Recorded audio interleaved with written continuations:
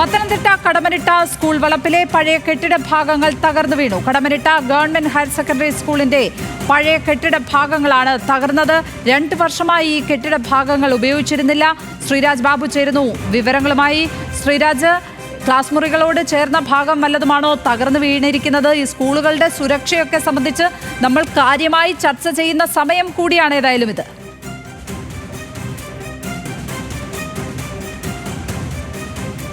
ലക്ഷ്മി, നമുക്ക് ഈ ദൃശ്യങ്ങളിൽ കാണാം. എൻ്റെ വലതുഭാഗത്ത് കാണുന്നത് ഈ സ്കൂളിലെ 2 വർഷം മുൻപ് തന്നെ ഉപേക്ഷിക്കപ്പെട്ട നിലയിലുള്ള കെട്ടിടമായിരുന്നു. അതിൻ്റെ ചുവരിൻ്റെ പല ഭാഗങ്ങളും മുൻപേ തന്നെ ദ്രവിച്ച അവസ്ഥയായിരുന്നു. കഴിഞ്ഞ രാത്രി മഴയുണ്ടായിരുന്നു. ആ സമയത്താണ് ഈ കെട്ടിടത്തിൻ്റെ ഈ പ്രധാന ഭാഗമായ ഈ ഭാഗം പൂർണ്ണമായും തകർന്നു വീഴുന്ന ഒരു സാഹചര്യം ഉണ്ടായത്. നമുക്കറിയാം, കുട്ടികൾ കളിക്കുകയാണെങ്കിൽ അവർ ഒരുപക്ഷെ ശ്രദ്ധിക്കില്ല. അവർ ഓടിക്കയറുന്നത് മഴ പെയ്യുമ്പോഴടക്കം ഓടിക്കയറുന്നത് ഈ ഭാഗത്തേക്കാണ്. ഈ സ്കൂൾ പ്രവർത്തന സമയമല്ലാത്തതിനാൽ തന്നെയാണ് വലിയ രീതിയിലുള്ള ഒരു അപകടം ഒഴിവായതെന്ന് പറയേണ്ടി വരും. ഈ ഭാഗം, ഇപ്പോൾ ദൃശ്യങ്ങളിൽ കാണുന്ന ഈ ഭാഗം ക്ലാസുകൾ പ്രവർത്തിക്കുന്ന കെട്ടിടമാണ്. അതിൻ്റെ തൊട്ട് വലതുഭാഗത്തേക്ക് മാറിയാണ് ഈ പഴയ കെട്ടിടം, ഉപേക്ഷിക്കപ്പെട്ട ഈ കെട്ടിടമുള്ളത്. ഏകദേശം 2 വർഷം മുൻപ് തന്നെ ഉപേക്ഷിക്കപ്പെട്ട നിലയിലായിരുന്നു, പ്രവർത്തനക്ഷമമല്ലായിരുന്നു. അതുകൊണ്ട് തന്നെ പൊളിച്ചു നീക്കണമെന്ന ആവശ്യമടക്കം ഉണ്ടായിരുന്നെങ്കിൽ പോലും ഇതുവരെയും ഇത് പൊളിച്ചു നീക്കിയിട്ടില്ല. എന്തായാലും ഇന്നലെ രാത്രിയോടുകൂടി ഈ അപകടം സംഭവിക്കുകയുണ്ടായി. ഈ കെട്ടിടം പൂർണ്ണമായും ഈ പിൻഭാഗത്തെ പൂർണ്ണമായും ഈ ഭാഗം താഴേക്ക് നിലംപതിക്കുന്ന ഒരു സാഹചര്യം ഉണ്ടായിരുന്നു. നേരത്തെ തന്നെ നമ്മൾ പറഞ്ഞിരുന്നതല്ലേ ഇത് പൊളിച്ചു നീക്കണമെന്നുള്ള ആവശ്യമാണ്. ഇത് ആദ്യം നവകേരള സദസ്സിൽ ഒരു പരാതി വന്നതിൻ്റെ അടിസ്ഥാനത്തിൽ പഞ്ചായത്തും വികസന സമിതി, SMC, PT എല്ലാം കൂടെ കൂടി ചേർന്ന് നമ്മൾ ആലോചിച്ച് തീരുമാനിച്ചാണ്. ഈ പഴയ ബിൽഡിംഗാണ്, 10-40 വർഷത്തിന് മുകളിൽ പഴക്കമുള്ളതാണ്. ഇത് പൊളിച്ചു മാറ്റണം, പൊളിച്ചു മാറ്റിയിട്ട് ഇതൊരു കളി ഗ്രൗണ്ടായിട്ട് ഉപയോഗിക്കണമെന്ന് പറഞ്ഞാണ്. അതിൻ്റെ പല കാലതാമസം കാരണം ഇതിങ്ങനെ നീണ്ടു പോയിക്കൊണ്ടിരുന്നു.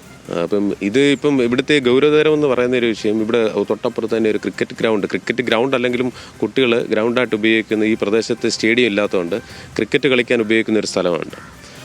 ആ കുട്ടികൾ വൈകുന്നേരങ്ങളിൽ കളിച്ചുകൊണ്ടിരിക്കുന്ന സമയത്ത് മഴയൊക്കെ പെയ്യുന്ന സാഹചര്യത്തിൽ സൈഡ് കയറിയൊക്കെ നിന്നായിരുന്നെങ്കിൽ ഇതുപോലൊക്കെ ഒരു അപകടം ഉണ്ടാകുമ്പോൾ വലിയൊരു അപകടം നമ്മൾ ഈ നാടിനെ നടക്കുന്ന തന്നെ ഒരു അപകടമായി മാറിയേനെ. ദിവാദിനം കൊണ്ട് രാത്രി കാലങ്ങളിലാണ് ഇത് പൊളിഞ്ഞു വീണത്. അതുകൊണ്ടാണ് ഒരു അപകടം ഉണ്ടാകാതിരുന്നത്. സ്കൂളിന് സ്വന്തമായി ഗ്രൗണ്ട് വേറെ ഇല്ലല്ലേ? സ്കൂളിന് ഗ്രൗണ്ട് ഇല്ല. നിലവിലത്തെ സാഹചര്യത്തിൽ വലുപ്പമുള്ള ഒരു ഗ്രൗണ്ട് ഇല്ല.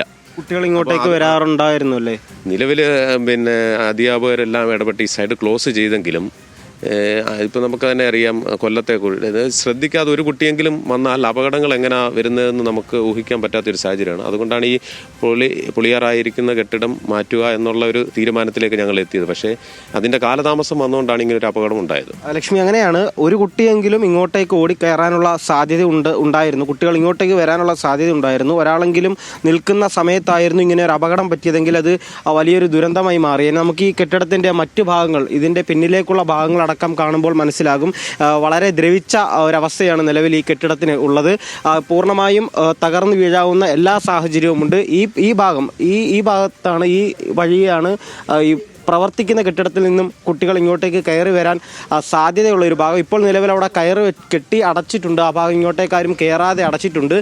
ഈ കെട്ടിടത്തിൻ്റെ ഈ ഭാഗങ്ങളെല്ലാം കണ്ടാൽ തന്നെ വ്യക്തമാണ് എത്രത്തോളം പഴക്കമുള്ള കെട്ടിടമാണ് എന്ന്. വളരെ പഴക്കമുള്ള കെട്ടിടമാണ്. സ്കൂളിലെ തന്നെ ഏറ്റവും പഴക്കമുള്ള കെട്ടിടങ്ങളിൽ ഒരു ഭാഗമാണ് നമ്മൾ ഈ ദൃശ്യങ്ങളിൽ കാണുന്നത്. അതിൻ്റെ പിൻഭാഗമാണ് പൊളിഞ്ഞു വീണിട്ടുള്ളത്. കുട്ടികൾ കയറി വരാൻ സാധ്യതയുള്ള ഭാഗത്തെ അതേ സ്ഥലത്ത് തന്നെയാണ് നിലവിൽ ഈ കെട്ടിടത്തിൻ്റെ ഭാഗങ്ങൾ പൊളിഞ്ഞു വീണിട്ടുള്ളത്. എന്തായാലും വലിയ അപകടം, ഈ സ്കൂൾ പ്രവർത്തിക്കുന്ന സമയമല്ലാത്തത് കൊണ്ട് തന്നെ വലിയ അപകടം ഒഴിവായിട്ടുണ്ട് എന്ന് വേണം പറയാൻ. ഈ കെട്ടിടത്തിൻ്റെ പിന്നിലേക്കുള്ള ആ ഭാഗം തന്നെ താഴേക്ക് വീഴാൻ സാധ്യതയുള്ള നിലയിൽ തന്നെയാണ് നിലവിൽ ഇരിക്കുന്നത്. നമുക്കറിയാം, വലിയ അപകടങ്ങൾ, ഇത്തരത്തിലുള്ള കാലതാമസം, ഈ കെട്ടിടങ്ങൾ പൊളിച്ചു നീക്കാനുള്ള കാലതാമസം അടക്കം വരുന്നത് വലിയ അപകടങ്ങൾ വിളിച്ചു വരുത്താനുള്ള സാധ്യതയുണ്ട്. കോഴിക്കോട് മെഡിക്കൽ കോളേജ് കണ്ടതാണ് നമ്മൾ ഇങ്ങനെയുള്ള ഒരു അനാസ്ഥ കാരണമുണ്ടായ അപകടം. കഴിഞ്ഞ ദിവസം സ്കൂളിലുണ്ടായ അപകടം നമ്മൾ കണ്ടതാണ്. അപ്പോൾ സുരക്ഷാ മാനദണ്ഡങ്ങളിൽ വരുത്തുന്ന ഗുരുതരമായ വീഴ്ച ഉറപ്പായും നടപടി സ്വീകരിക്കേണ്ട ഒരു വിഷയം തന്നെയാണ്. കൊച്ചുകുട്ടികൾ പഠിക്കുന്ന സ്കൂളാണ്. അവർ കളിക്കുമ്പോഴൊക്കെ ഈ ഭാഗത്തേക്കൊക്കെ വരാൻ ചാൻസ് ഉണ്ട്.